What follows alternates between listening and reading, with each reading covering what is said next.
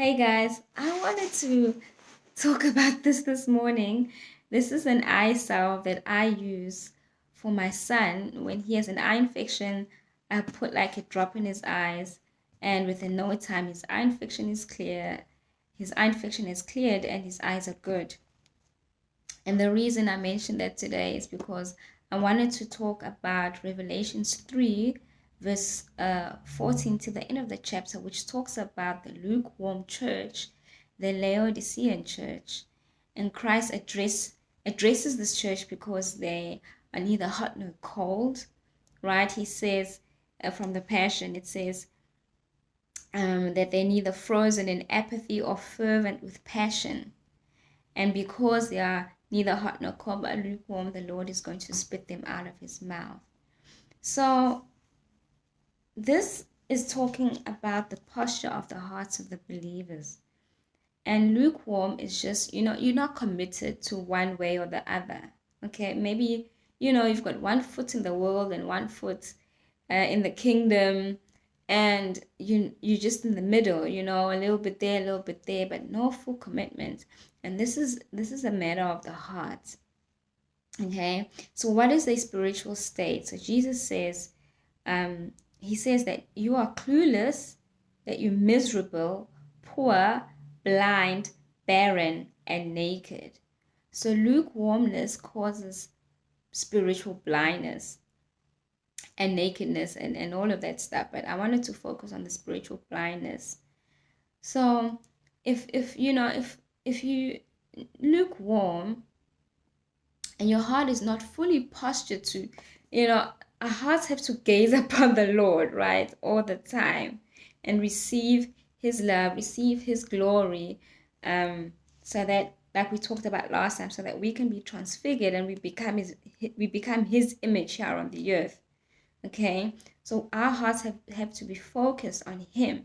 And when our eyes are focused on him, then the other loves, which are the things of the world, they fall away. We become, it's like tunnel vision. You see the Lord and everything else falls away and you don't see it anymore, right? And your eyes become anointed by gazing upon him. Okay, but there's a price to pay. That's why he says further on, he says, I counsel you to purchase gold perfected by fire, so that you can be truly rich. Purchase a white garment to cover and clothe your shameful nakedness, and purchase eye salve to be placed over your eyes, so that you can truly see. In the New King James, it says, purchase eye salve and anoint your eyes, so you can truly see. And prophetically, buying something, it prophetically means paying the price. Paying the price. And that is the price to pay. Making room in our lives and giving the Lord the space, giving him time for him to work in us, right? And then obviously in those times we are building intimacy with the Lord, right? We become friends of God in the secret place. Now the chapter ends off with the Lord saying, I'm standing at the door, I'm knocking, I want to come in, I want to have face-to-face encounters with you. Okay, so it doesn't end off badly. It doesn't necessarily end off with him spitting the believers out of his mouth. There's always an invitation. The Lord always makes a way, but are we willing to pay the price? That's the question, right? And the part about him knocking on the door, it just reminds me of bridal encounters that I used to have with the Lord. So the bridal chamber is fashioned after the temple, right?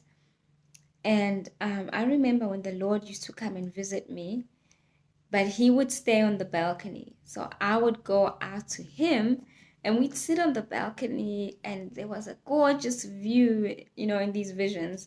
There was a gorgeous view, and we'd have long discussions, and we'd, watch the sunrise, and it was just amazing. Always had an amazing time when he came to visit. But then I noticed, I was like, but wait a minute, why doesn't he ever come into the bridal chamber?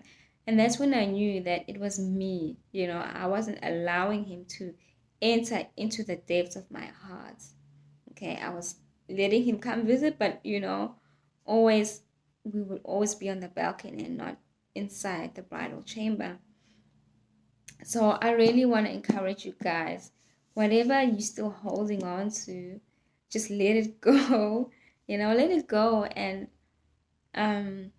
posture your heart in such a way that it is focusing on Jesus, okay?